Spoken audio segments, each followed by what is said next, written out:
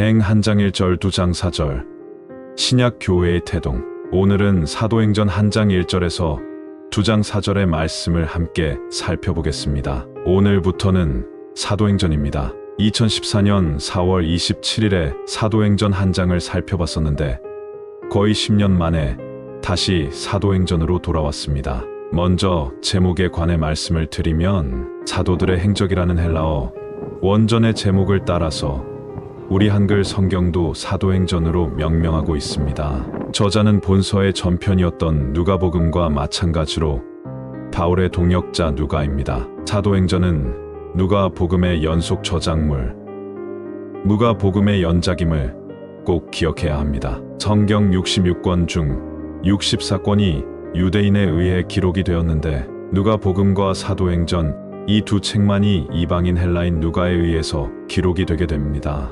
기록연대는 바울이 로마에 가택 연금되었던 AD 63년경으로 추정하고 있습니다. 정확히 알 수는 없지만 그렇게 추정을 하고 있습니다. 수신자는 누가복음의 수신자이기도 했던 데오빌로 각하입니다. 주요 내용은 사도들의 진리, 전파에 의한 하나님, 나라의 확장입니다. 사도들의 진리, 전파에 의한 하나님, 나라의 확장의 모습을 우리에게 증거하고 있습니다. 특히 누가는 예수님의 승천 이후 최초 30년간의 초대 교회사를 기록하고 있습니다. 그리고 사도행전은 일대 전환의 책입니다. 예수님의 시대에서 사도들의 시대로, 성자 하나님의 시대에서 성령 하나님의 시대로, 성전 중심의 시대에서 교회 중심의 시대로, 복음이 유대인에게서 이제 이방인에게로, 이처럼 사도행전에 이르러 구속사에 있어서 중대한 전환이 이루어졌음을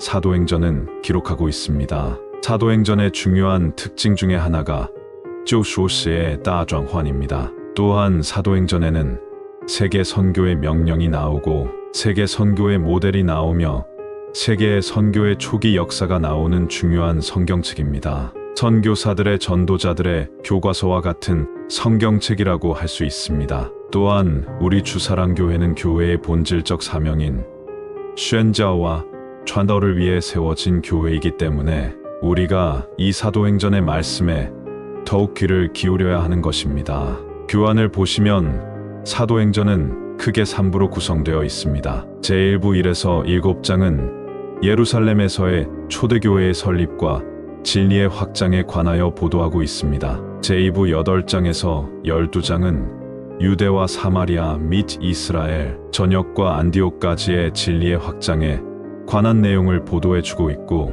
마지막으로 제3부 13장에서 28장은 안디옥에서 로마까지의 진리의 확장에 관하여 다루고 있습니다. 이렇게 진리를 통하여 하나님의 나라가 확장되는 그런 초대 교회사를 잘 기록해주고 있습니다. 이제 교환을 보시면 한 장 1절에서 11절은 누가복음의 도입부입니다. 1절에서 11절 단락은 본서의 전편인 누가복음의 기록 범위를 언급한 서원과 누가복음 말미에 기록되었던 부활에서 승천까지의 약 40일간의 예수님의 행적을 회고하는 내용을 기록함으로써 자연스럽게 사도행전이 누가복음의 속편임을 나타내주고 있습니다. 이제 교환을 보시면 먼저 1절과 2절은 본서의 전편인 누가복음의 기록 범위를 언급하는 서원 부분입니다. 1절의 수신자 데오빌로에 대한 설명은 우리가 누가복음 한 장 3절에서 함께 살펴본 적이 있었습니다. 사도행전 한 장 1절입니다. 수신자 데오빌로입니다. 데오빌로여, 내가 먼저 쓴 글 누가복음에는 무릇 예수님께서 행하시며 진리의 말씀을 가르치시기 시작하신부터 또 진리의 말씀을 가르치시는 이 사역이야말로 예수님의 본질적 사역이죠. 2절 말씀 보시면 그가 택하신 11 사도들에게 성령으로 명령하시고 승천하신 날까지의 일을 누가복음에 기록하였노라. 이렇게 누가복음의 기록 범위를 먼저 언급하고 있습니다. 이제 교환을 보시면 3절은 부활에서 승천 직전까지의 부활에서 승천 직전까지의 40일간의 예수님의 행적 요약에 관한 내용입니다. 3절 그가 십자가 고난 받으신 후에 또한 그들에게 확실한 많은 증거로 친히 살아계심 친히 부활하셨음을 나타내사 아주 중요한 정보가 나옵니다. 줄을 칩니다. 40일 동안 우리가 마가복음에서 배웠던 것처럼 약 10여 회 그들 제자들에게 보이시며 하나님의 나라의 일을 말씀하시니라. 우리도 부활하신 주님처럼 세상 나라의 일이 아니라 하나님 나라의 일을 말할 수 있어야 합니다. 그 나라를 꿈꾸고 그 나라를 소망하고 그 나라에 관하여 말할 수 있어야 합니다. 이렇게 예수님께서 부활하시고 승천하시기까지의 날수가 40일이라는 기록은 본문에만 나오는 특수 자료입니다. 이 역시 누가의 역사가로서의 면모를 잘 보여주는 기록입니다. 교환을 보시면 4절과 5절은 예수님의 성령님 강림 약속 회고에 관한 내용입니다. 한 장 4절 예수님께서 11사도와 함께 모이사 그들에게 분부하여 이르시되 예루살렘을 떠나지 말고 내게서 들은 바 아버지께서 약속하신 것을 성령님을 예루살렘에서 기다리라. 이 예수님의 중요한 명령을 제자들이 잘 기억하고 실천해야 하는 것입니다. 이제 5절 보시면 세례 요한의 물세례에 대한 내용이 나오는데 요한의 물세례가 회개의 세례였다는 것을 우리는 기억해야 합니다. 요한의 물세례는 회개의 세례였습니다. 그리고 성도는 물세례와 성령 세례를 받아야 한다는 것도 우리는 기억해야 합니다. 5절 말씀 세례 요한은 물로 회개의 세례를 베풀었으나 그래서 교회에 입문하는 사람들, 이 진리에 입문하는 사람들은 반드시 이 물 세례를 받아야 되는데 그것은 회개를 의미합니다. 죄의 자리에서 말씀의 자리로 삶의 자리를 삶의 방향을 돌이키는 것이 회개인 것이죠. 그러한 회개를 의미합니다. 물로 회개의 세례를 베풀었으나 너희는 몇 날이 못 되어 성령으로 세례를 받으리라 하셨느니라. 그래서 회개의 세례를 받은 다음에 이제 성령의 세례를 받게 되는 것입니다. 그래서 오늘날 진정으로 회개하지 않은 사람은 사실 성령 세례도 받지 못했다라고 볼 수 있는 것입니다. 물 세례가 전제되어야 또 성령 세례를 받을 수 있는 것인데 이러한 부분에 있어서 회개가 굉장히 중요한 역할을 하는 것입니다. 성령 세례를 받으리라 하셨느니라. 마태복음 3장 10절 이하에서 예수님께서 설명해 주셨던 것처럼 성령 세례는 누가 받습니까? 성령 세례는 좋은 열매, 회개에 합당한 열매를 맺는 자들이 받게 되는 세례입니다.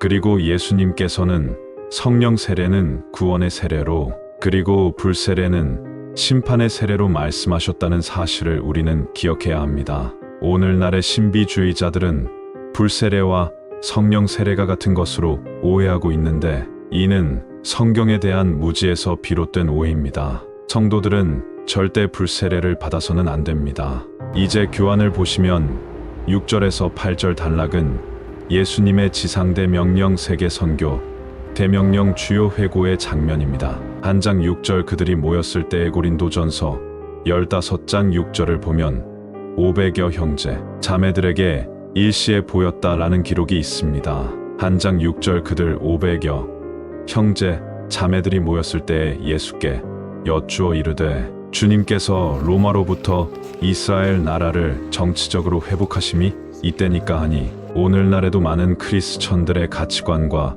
세계관이 세속화되어 있어서 이러한 정치적 세상 나라를 요구하고 정치적 세상 나라를 추구하는 신앙인들을 많이 볼 수 있습니다. 이런 정치적 나라를 추구하는 자들은 하나님의 나라를 볼 수가 없습니다. 이러한 세상 나라를 단호하게 내려놓고 이 세상 나라에서 하나님의 나라로 삶의 방향을 단호하게 돌이킬 수 있어야 합니다.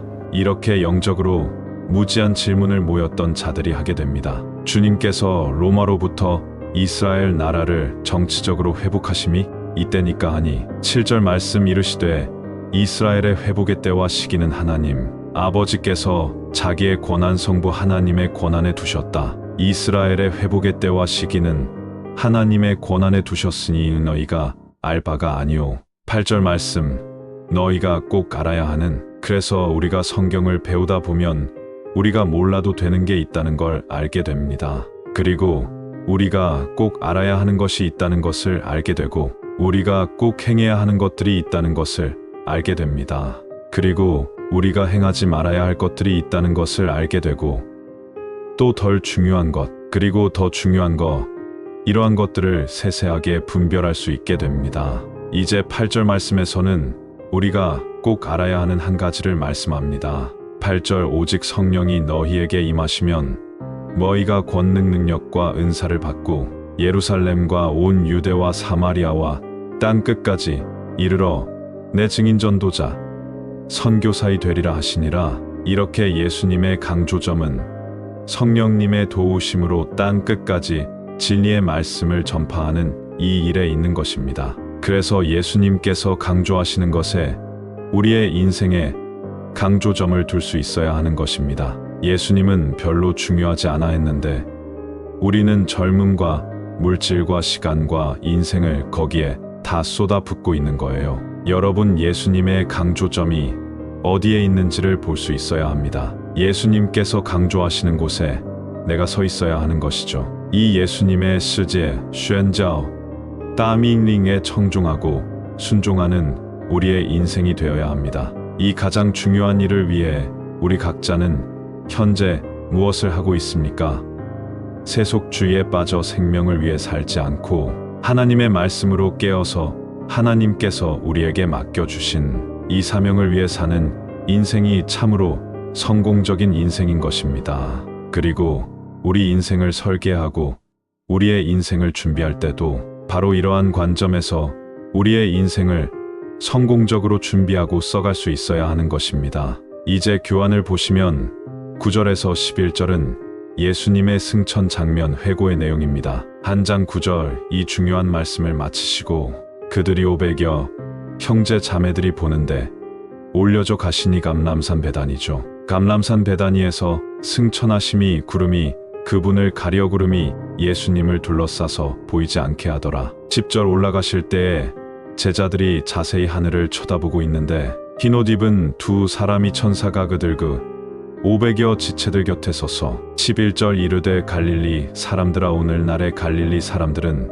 누군지 한번 생각해 보시기 바랍니다. 갈릴리 사람들아 우리 같으면 당연히 서울에 큰 교회가 많고 서울에 크리스천들이 많으니까 서울 사람들아 이렇게 말씀하실 것 같은데 예수님께서는 저 변방 사람들이 집중하지 않았던 갈릴리 사람들을 부르고 계십니다.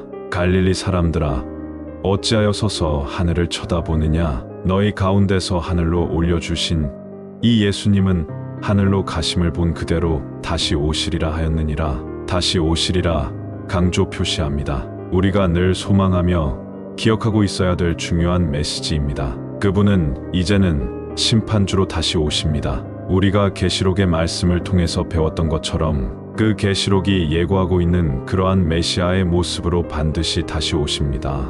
이제 교환을 보시면 12절에서 14절은 성령 강림을 기다리는 제자들의 합심 기도의 장면입니다. 12절 제자들이 감람원이라 하는 산 지금까지 감람산이라는 표현이 나오지 않았거든요. 이제 감람산이라는 표현이 나온 겁니다. 감람산으로부터 예루살렘에 돌아오니 이 감람산은 예루살렘에서 가까워 안식일에 가기 알맞은 길이라 당시 유전에 의하면 안식일에 이동할 수 있는 거리는 약 2000규빗이었습니다. 그 거리는 1규빗이 약 45.6cm이므로 45.6cm 곱하기 2000규빗하면 대략 1km 정도가 나오는 거리입니다.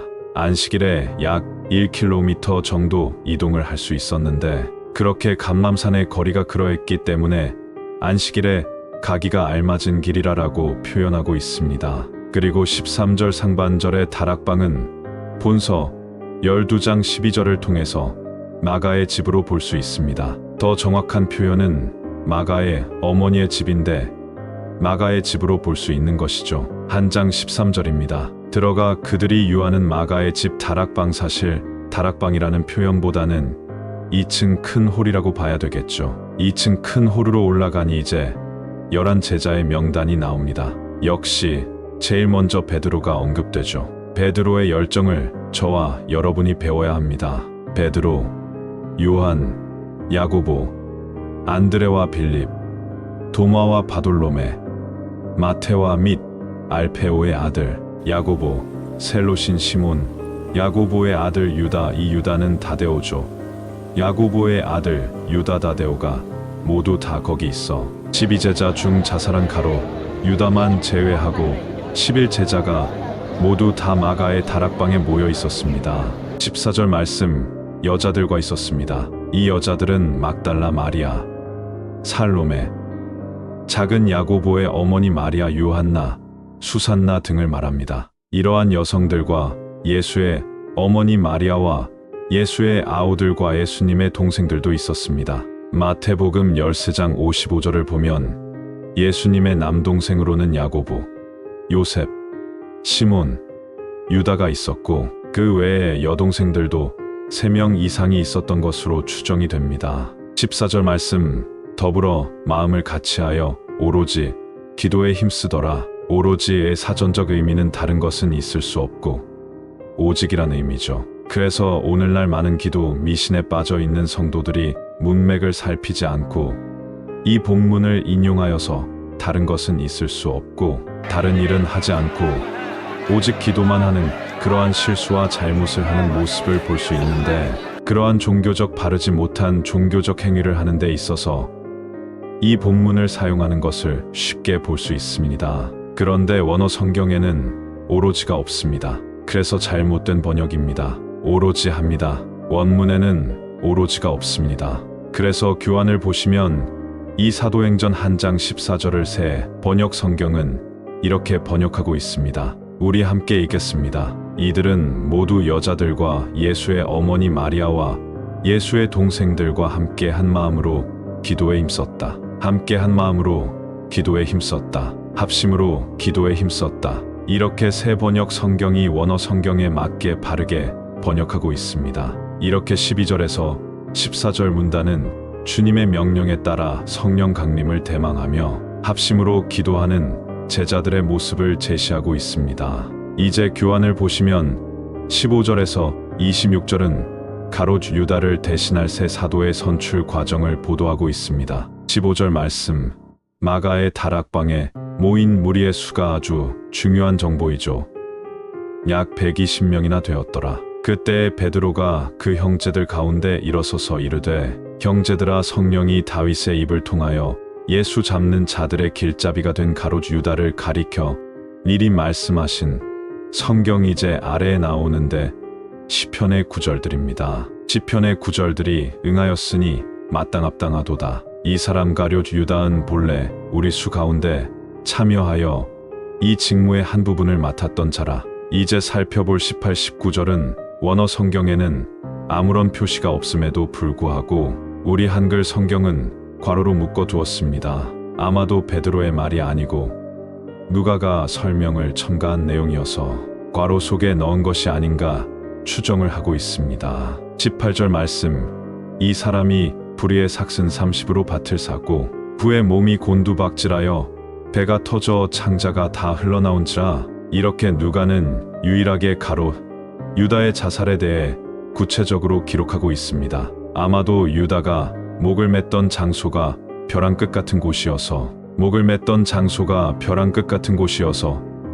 맸던 줄이 끊어진 뒤에 벼랑 아래로 굴러 몸이 땅에 처박히고 결국에는 배가 터져 창자가 다 쏟아져 나오게 되었던 것으로 볼 수 있습니다. 우리는 이러한 유다의 섬뜩한 죽음을 통하여 예수님을 배반한 자, 사탄에게 미혹된 자, 사탄의 도구가 된 자의 비참한 최후에 대해 생각해 볼 수 있어야 합니다. 굉장히 상징적인 장면이라고 할 수 있습니다. 그리고 이제 19절 말씀을 보시면 우리 19절 함께 읽겠습니다.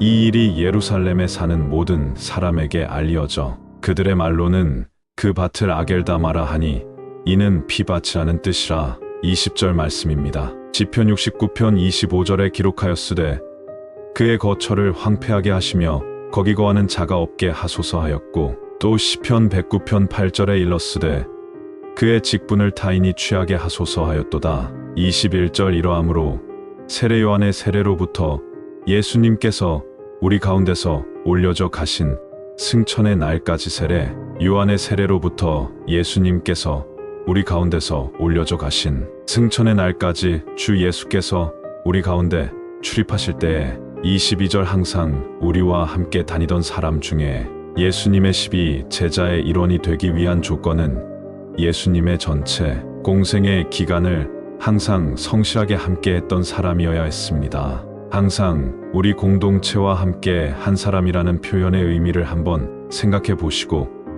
묵상해 보시기를 바랍니다. 오늘날 교회가 사람을 세울 때도 이러한 원리를 따라야 하는 것입니다. 22절 항상 우리와 함께 다니던 사람 중에 하나를 세워 우리와 더불어 예수께서 부활하심을 증언할 사람 전도자이 되게 하여야 하리라 하거늘. 23절 그들 120여 명이 두 사람을 내세우니 하나는 바사바 안식일의 아들이라는 뜻입니다. 안식일의 아들 바사바라고도 하고 또 별명은 유스도. 유스도는 의로운 자라는 뜻을 지닌 라틴어 이름입니다. 유스도라고 하는 실명이 나오죠. 요셉 그러니까 요셉이 바사바라는 이름이 있었고 또 유스도라는 별명 또는 이름도 가지고 있었던 것입니다.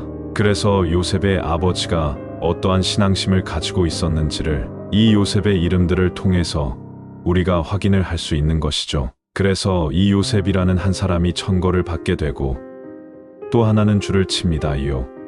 하나는 마띠아라. 마띠아가 천거를 받게 됩니다. 이 마띠아는 여호와의 선물이라는 뜻입니다. 이렇게 되게 경건한 부모에게서 태어나고 자란 사람들이 예수님의 제자가 되는 것을 우리가 여러 차례 확인한 적이 있습니다. 본문도 그러한 성격의 말씀입니다. 역사가 유세비우스는 요셉과 마띠아가 예수님의 70인 제자였던 것으로 기록하고 있습니다. 그래서 그 유세비우스의 기록이 맞다면 그들이 70인 제자에서 이제 12 제자가 될 수 있는 기회가 주어지게 되었던 것이죠. 한편 베드로가 12번째 제자의 빈자리를 채우기 위한 회의에 120문도를 참여하도록 한 것은 의미하는 바가 있습니다. 이러한 제자들끼리 처리하지 않고 전체 회의를 통해 진행함으로써 후대의 교회들로 하여금 어떤 중요한 일, 어떤 중대한 일을 결정함에 있어서 교회 구성원들의 전체 의견을